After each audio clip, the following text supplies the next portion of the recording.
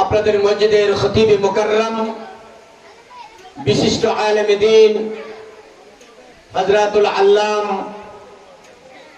মাওলানা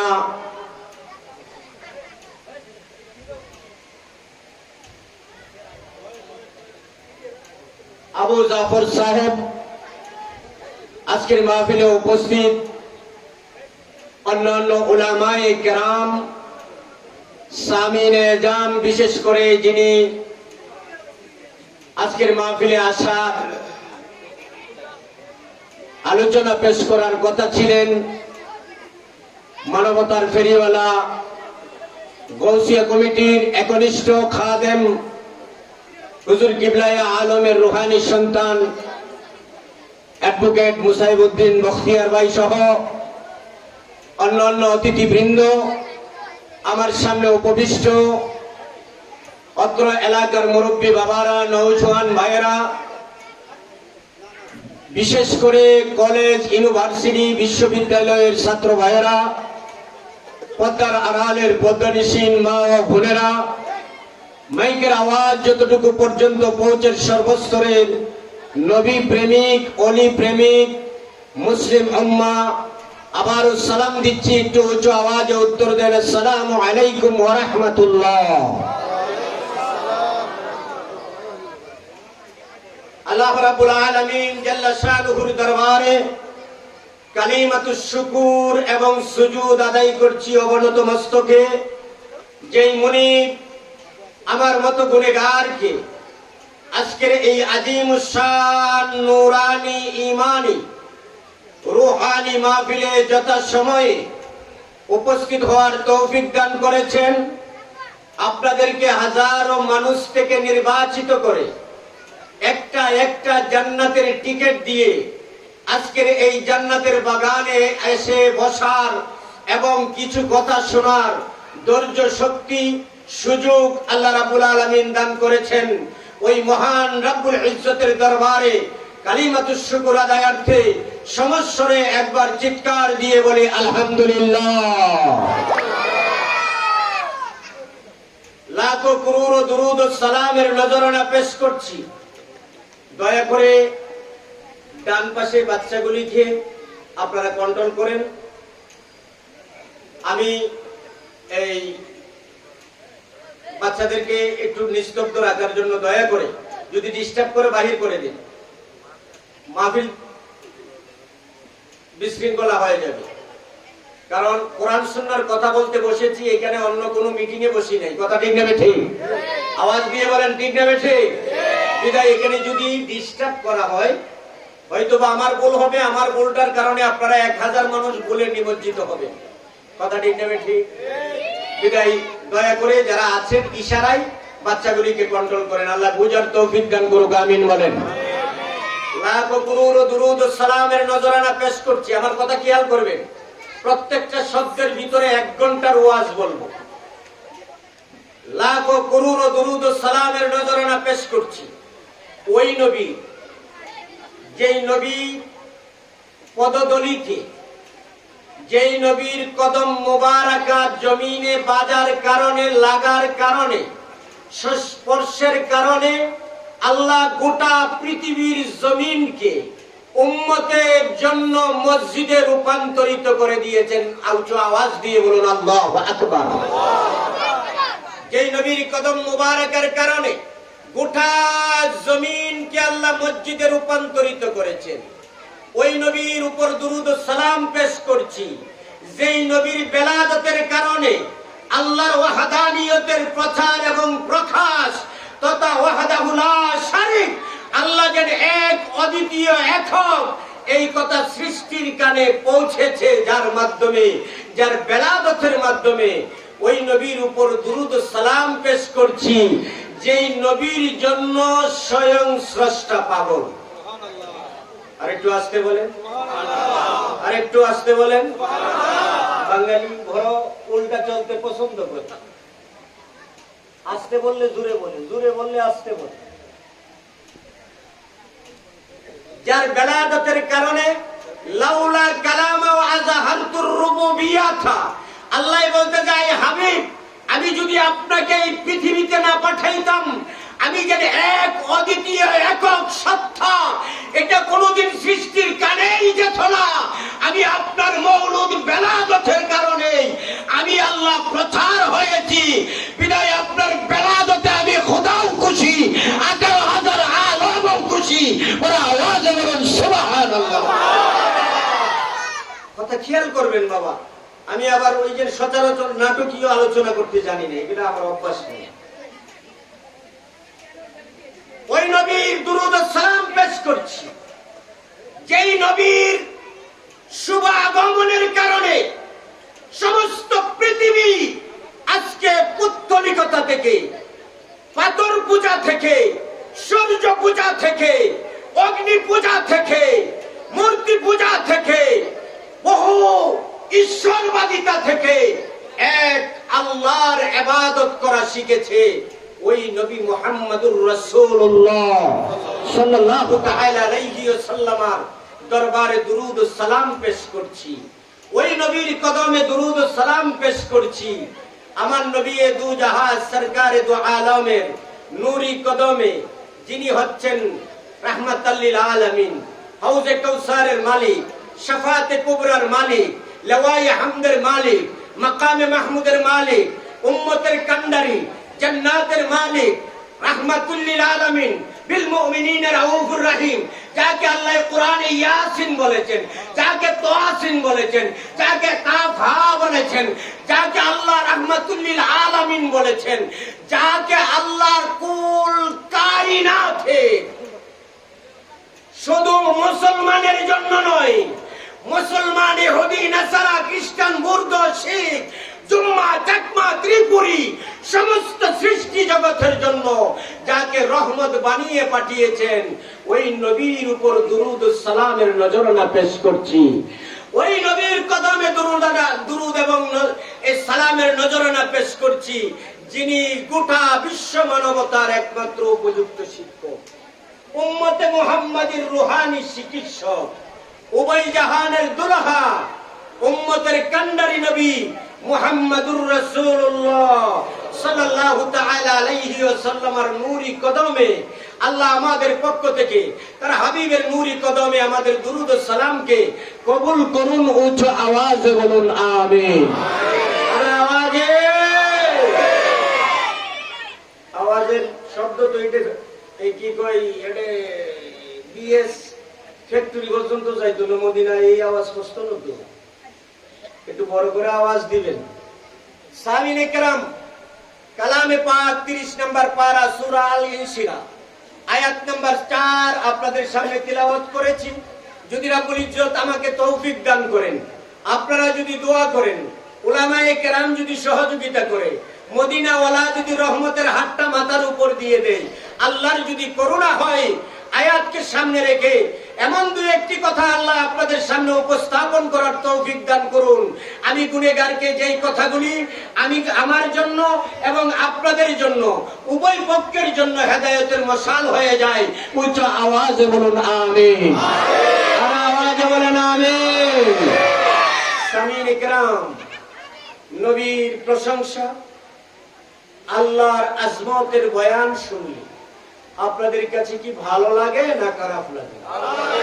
কার কার ভালো লাগে একটু ডান হাতটা দেখাতে পারবেন? আল্লাহ কবুল করুন। উচ্চ আওয়াজে বলুন আমিন। সামিন, আমরা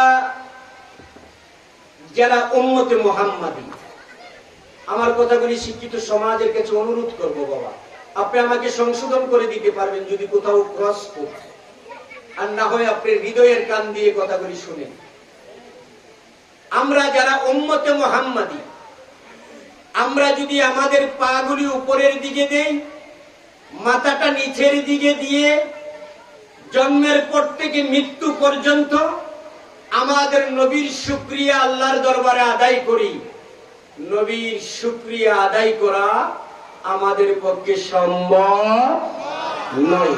কারণ এমন একজন দামি নবী আল্লাহ আমাদেরকে দিয়েছেন। নবীটা শুধু আমাদের জন্য দামি নয়, সমস্ত নবীদেরও নবী, নবিয়ুল আম্বিয়া। বড় আওয়াজে বলুন সুবহানাল্লাহ।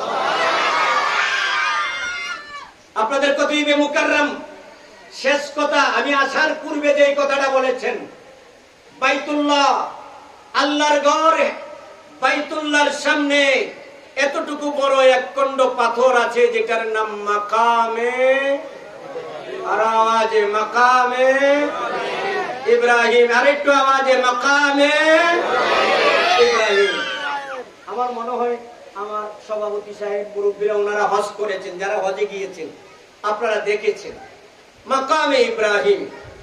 মাকামে ইব্রাহিম আল্লাহর ঘরের সোজা দরজা থেকে সামান্য ডাইন সাইডে অবস্থিত। মাকামে ইব্রাহিম একটা পাথর, ওটাকে সযত্নে রাখা হলো, বাকি সমস্ত পাথরগুলিকে ডোজার মেশিন দিয়ে পরিষ্কার করা হলো।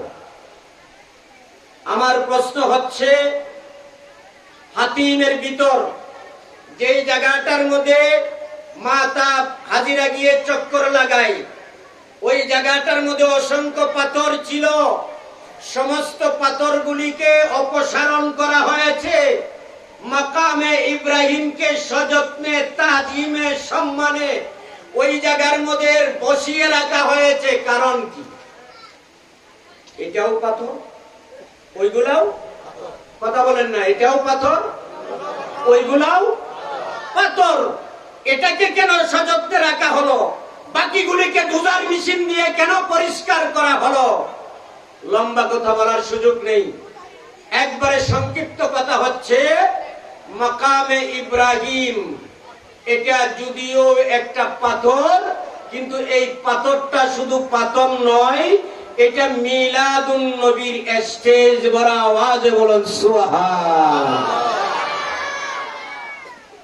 খেয়াল করেন, হযরত সাইয়েদনা ইব্রাহিম আলাইহিস সালাতুস সালাম যখন মক্কাতুল মুকাররমা কানায়ে কাবা বানানোর জন্য আল্লাহর পক্ষ থেকে নির্দেশ পেলেন, বাচ্চা ইসমাইলকে সাথে নিয়ে বাপ বেটা দুইজন যখন কানায়ে কাবা বানানো হয়ে গেল, আল্লাহর দরবারের মধ্যে দোয়া করবেন, দরখাস্ত করবেন। আল্লাহ রাব্বুল আলামিন ইব্রাহিম এবং ইসমাইল আলাইহিস সালাতুস সালাম, বাবা এবং ছেলে, বাপ বেটা দুজন, বাবা ছিল মিস্ত্রি, ছেলে ছিল হেল্পার। বাবা এবং ছেলে, বাপ বেটা দুজন যখন আস্তে আস্তে কানায়ে কাবা বানানো শেষ করলেন, বাইতুল্লাহ বানানো শেষ করে ফেললেন, এখন বাপ বেটা পরিষ্কার পরিচ্ছন্ন হয়ে আল্লাহর দরবারের মধ্যে দরখাস্ত করবেন। যেহেতু দীর্ঘদিন কাজ করেছে, মাইনার দরকার আছে, বেতনের দরকার আছে, আমরা চাকরি করলে মাস শেষে বেতন পাই, কিন্তু দুজন ছেলে এবং বাবা, বাপ বেটা দুজন কানায়ে কাবা বাইতুল্লাহ বানানোর পরে ওই মাকামে ইব্রাহিমের উপর দাঁড়াইলেন। দাঁড়াই আল্লাহর দরবারে দরখাস্ত করতে লাগলেন, আয় খালিকে কায়নাত, দীর্ঘদিন যাবত তোমার নির্দেশ মোতাবেক বাবা ছেলে মিলে কানায়ে কাবা বানাইলাম। আল্লাহ তোমার দরবারে শুকর আদায় করছি, কিন্তু কানায়ে কাবার বানানোর বিনিময় কোনো কিছু চাই না, চাই না, চাই না। আল্লাহ তোমার দরবারে একটা ভিক্ষা মাগতেছি, তুমি আমাদেরকে ওই কথাটা, ওই জিনিসটা, ওই চাহিদা, ওই আরজু পূরণ করে দাও।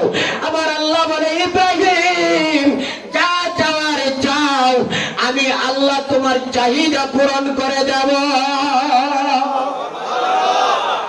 যা চাওয়ার চাও।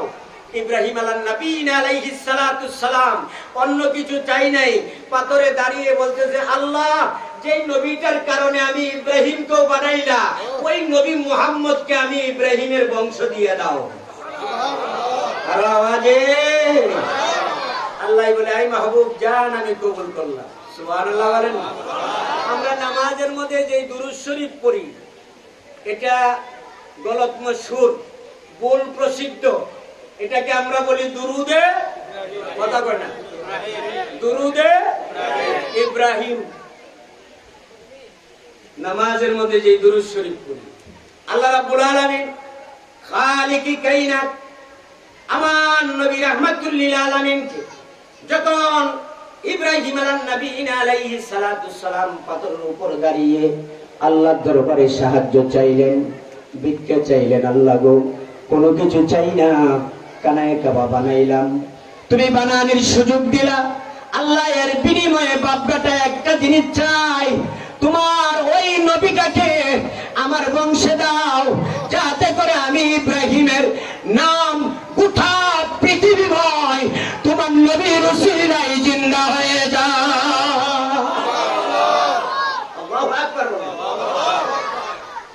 আল্লাহ ইব্রাহিমের দোয়া কবুল করলো।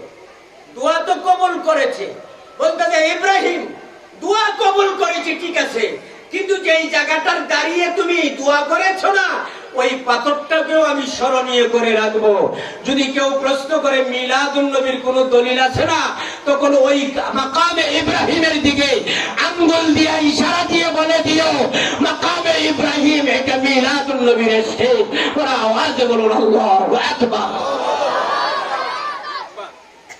সামিনে কেরাম, ইব্রাহিম আলাইহিস সালাতুস সালাম আল্লাহর দরবারে পূজেছিল, ওই নবীটা আমাদের নবী। ঈসা নবী আল্লাহর দরবারে পূজেছিল, ওই নবীটা আমাদের নবী। আদম অহংকার করেছিল, ওই নবীটা আমাদের নবী। শীষ যেই নবীকে নিয়ে প্রশংসা করেছিল, আমাদের নবী। দাউদ যেই নবীর জন্য পাগল ছিল, আমাদের নবী। আইয়ুব যেই নবীর জন্য পাগল ছিল, আমাদের নবী। সুলাইমান যেই নবীর জন্য পাগল ছিল, আমাদের নবী। আরে আমাদের নবী তো নবী না, এটা আল্লাহর নবী। বলো আওয়াজে বলুন সুবহানাল্লাহ। আমাদের নবী শুধু নবীদের নবী নয়, আল্লাহ নিজেও বলেছেন ইয়া আইয়ুহান নাবিয়্যু,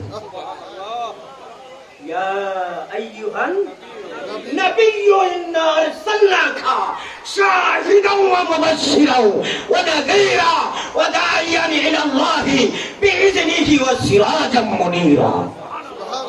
আল্লাহু আকবার বলেন। এমন একজন নবী, যেই নবীটার প্রশংসা আমার মতো গুণেগার আপনাদের সামনে কোটি মিলিয়ন বিলিয়ন ভাগের এক ভাগেও তুলে ধরার যোগ্যতা নাই। এরপরও গোলাম যেহেতু গোলামের কামেই হচ্ছে মনোবীর সন্তুষ্টি, গোলামের কামেই হচ্ছে মুনিবের প্রশংসা করা। মুনিবের প্রশংসা গোলাম যত করে, গোলামের প্রতি মুনিব তত খুশি হয়। আল্লাহ তুমি আমাদের এই প্রশংসাগুলি এই চক্রেশবাসীর পক্ষ থেকে তোমার নবীর পক্ষে কবুল করে তোমার নবীর দিদার নসিব করে দাও। বড় আওয়াজে বলুন আমিন। সামিনে কেরাম, আমার নবীর শান ও আজমত, মাকামে মুস্তাফা, আজমতে মুস্তাফা, হুব্বে মুস্তাফা, তাজিমে মুস্তাফা সাল্লাল্লাহু তাআলা আলাইহি ওয়াসাল্লাম, আমার নবীর শান ও আজমত বর্ণনা করা সম্ভব নয়। সামান্য করি আমরা কেন? নিজেকে দামি বানানোর জন্য, নবীকে দামি বানানোর জন্য নয়। সুবহানাল্লাহ বলবেন না? আর একটু আওয়াজ দিয়ে বলেন সুবহানাল্লাহ। আচ্ছা, আপনাদের দেশে, আমরা তো সবাই বাঙালি, আমাদের দেশে স্বর্ণ আছে না নাই? বলাটা আওয়াজ দিয়ে বলেন না। স্বর্ণ আছে না নাই? স্বর্ণের অলংকার, যেটা পিওর স্বর্ণ দিয়ে অলংকার হয়, হ্যাঁ, স্বর্ণের সাথে কি মিশ্রিত করতে হয়? কথা কয় না। খাইট, আর সিডাঙ্গি ভাষায় বেড়ে কি হয়? খাইট। আচ্ছা, আর জিলাপি নো খাই না নো খাই? কথা কয় না। জিলাপি খাই না নো খাই? শাহী জিলাপি, নরমাল জিলাপি। জিলাপির মধ্যে ফসা খাই ন দিলে জিলাপি হয় না। তো জিলাপি 400 টাকা কেজি, ফসা খাই দিলে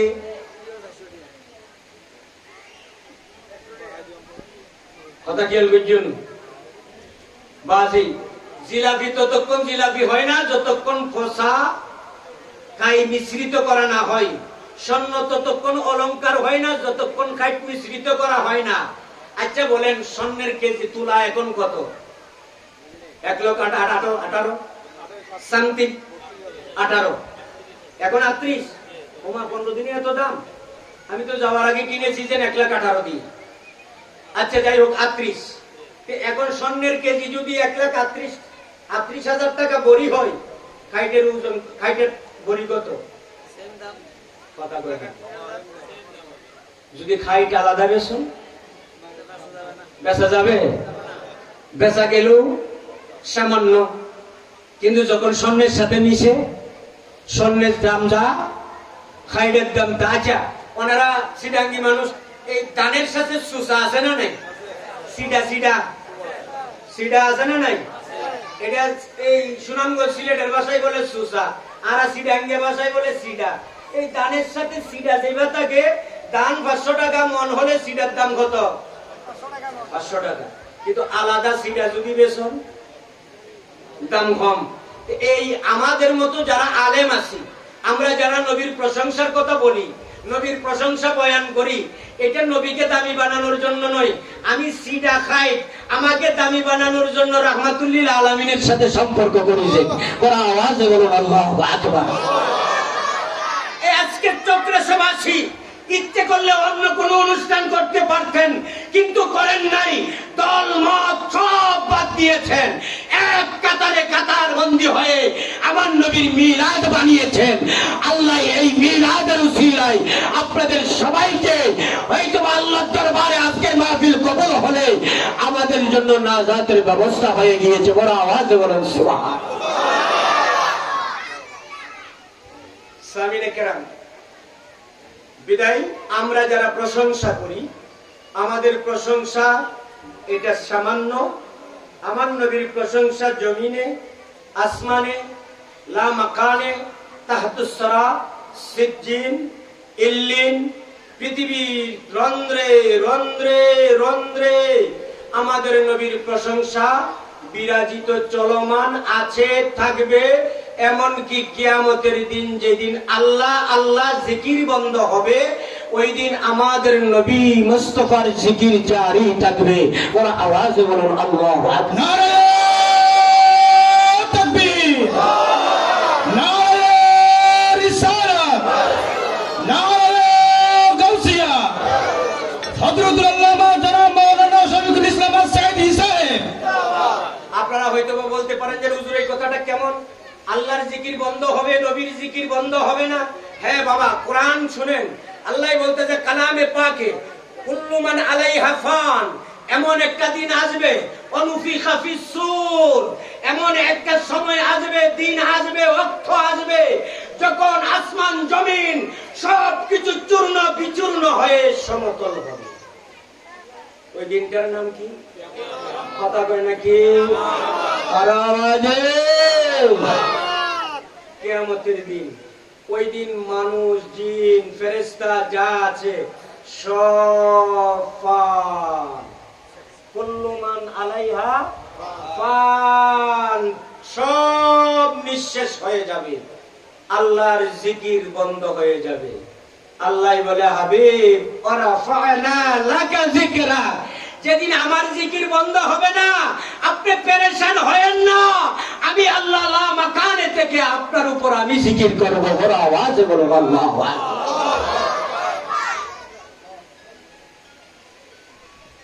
আপনার উপর আমি জিকির করব। বিদায় আসমান ও জমিন, লৌহ কলম, সিদরাতুল মুনতাহা, লা মাকাম, যেখানে যেখান যখন তখন কিছুই নেই, হর জায়গায় হর হামেশা সব সময় আল্লাহর জিকির হচ্ছে। আল্লাহর জিকিরের সাথে আমার নবীর জিকির ও উচ্চারণ হচ্ছে। বড় আওয়াজে বলেন সুবহানাল্লাহ। সামিনে کرام, গভীর মনোযোগ। ওনারা মাইকের হইলে এরাই লিয়ে গলাগা কালকে মাহফিল, পরশুদিন লাগাতার মাহফিল আছে, যিনি কেন বিজুম বাজি তুই একটা সাউন্ড গান ঠিক করি দাও। আর তো একদিন না আলোচক নো বাজি। হ্যাঁ, খাদ্য আরো বিশাল প্রোগ্রাম। আল্লাহ কবুল করুক, আমিন কোন রাউজান। সামিনে کرام, আসমান জমিন লৌহ কলম, পৃথিবীতে মসজিদে মন্দিরে মাদ্রাসায় মেহরাবে এমন কোন জায়গা নাই যেই জায়গার মধ্যে আমাদের নবীর জিকির নাই।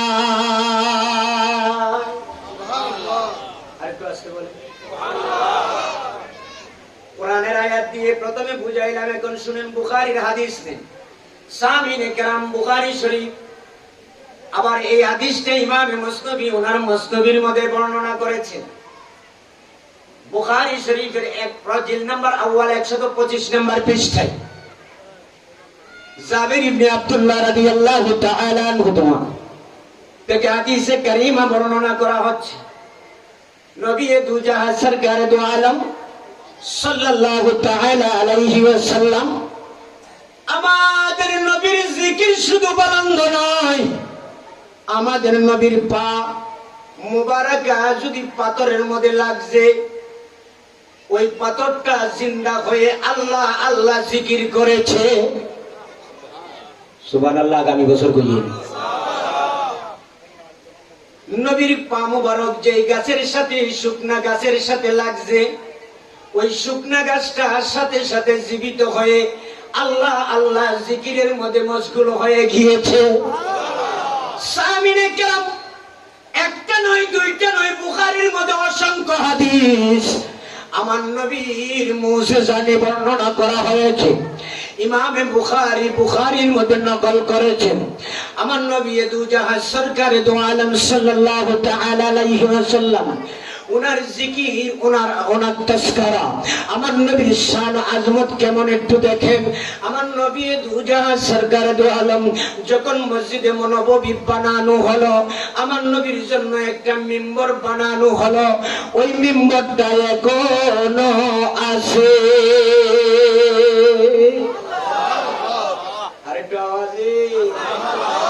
আরেকটু আওয়াজে মিম্বর বানানো হলো, মসজিদে নববীর মধ্যে মিম্বর স্থাপন করা হলো আমার নবীর জন্য। যে মিম্বরটা আপনাদের চক্রে সব ওই হাউজিং সোসাইটি মসজিদের মিম্বরের মতো এত দামি নয়। ওইটা একটা শুকনা কাজুর গাছ, 1 2 3 তিনটা জায়গার মধ্যে তাক তাক করে একটা খাজুর গাছ মসজিদের নববীর মধ্যে এরকম হেলান দিয়ে দিয়ে রেখেছিল। ওই গাছের মধ্যে দাঁড়িয়ে আমাদের নবী মিম্বর দাঁড়িয়ে খুতবা দিতেন। আমার রাহমাতুল লিল আলামিন হুজুর করিম রাউফুর রহিম সাল্লাল্লাহু তাআলা আলাইহি ওয়াসাল্লাম এভাবে খুতবার পর খুতবা দীর্ঘদিন খুতবা দিতে দিতে সাহাবায়ে কেরাম রাদিয়াল্লাহু তাআলা আনহুম আজমাইন, সমস্ত সাহাবায়ে কেরাম এক জায়গায় জমা হলেন। সবাই পরামর্শ করতে লাগলেন, মুশারা করতে লাগলেন। রাহমাতুল লিল আলামিনের কদমের নিচে খোদার আরশে আজিম ওই নবী একটা শুকনা কাজুর গাছের মধ্যে খুতবা দেবে, হতে পারে না। নবীর জন্য দামি কাঠ দিয়ে মিম্বর বানাবো। কি কাঠ দিয়ে? দামি কাঠ দিয়ে মিম্বর বানাবো। সিদ্ধান্ত অনুযায়ী মিম্বর বানানো হলো। মসজিদে নববীতে নিয়ে সেট করা হলো। পুরান মিম্বর যেটা ছিল কাজুর গাছে, ওই গাছের টুকরাটাকে সরিয়ে মসজিদের এক কোণায় নিয়ে রেখে দেওয়া হলো। আমার নবী যখন নতুন মিম্বরে দাঁড়াইলেন, মসজিদে নববী থেকে পুরান মিম্বরের কান্দনের আওয়াজ আসতে লাগলো। আরাজে রাহমাতুল লিল আলামিন হুজুর করিম রাউফুর রহিম সাল্লাল্লাহু তাআলা আলাইহি ওয়াসাল্লাম আমার নবী ডাক দিলেন, ওগো সাহাবায়ে কেরাম, মসজিদে নববীর মধ্যে কে যেন কান্দে, দেখো তো কেন কান্দে, তাকে ধরে নিয়ে আসো। কারণ আমাদের নবী রাহমাতুল লিল আলামিন বিল মুমিনিনা রাউফুর রহিম সবকিছু সহ্য করতে পারলেও উম্মতের কষ্ট সহ্য করতে পারে না। আমার নবী বলে, রে সাহাবী, দেখো না কে কান্দে, কেন কান্দে, একটু নিয়ে আসো।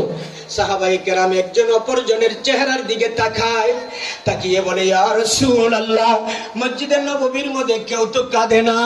আমার নবী বলে, তাহলে দেখো উস্তুনে হান্নানা কোথায়?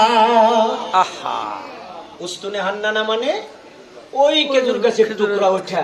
সাহাবায়ে কেরাম খেজুর গাছের টুকরার কাছে গেল, দেখেছেন কাজুর গাছের ওই মরা শুকনা টনটনে ওই মরা গাছ এটা জীবিত হয়ে মানুষের মতো বড় বড় আওয়াজে কানতে লাগলো। আমার নবীর পাশে নিয়ে আসা হলো।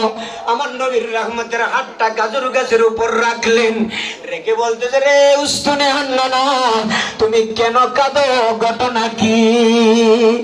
উস্তুনে হান্নানার জবাব দিচ্ছে, ইয়া রাসূলুল্লাহ, ইয়া হাবিবাল্লাহ, দীর্ঘদিন আপনার কদমের নিচে ছিলাম, আমি এমন কোন অন্যায় অপরাধ করলাম, আমাকে সরিয়ে দেওয়া হলো। আপনার প্রেমের বিয়োগ, ভালোবাসার যন্ত্রণা সহ্য হচ্ছে না। সুবহানাল্লাহ।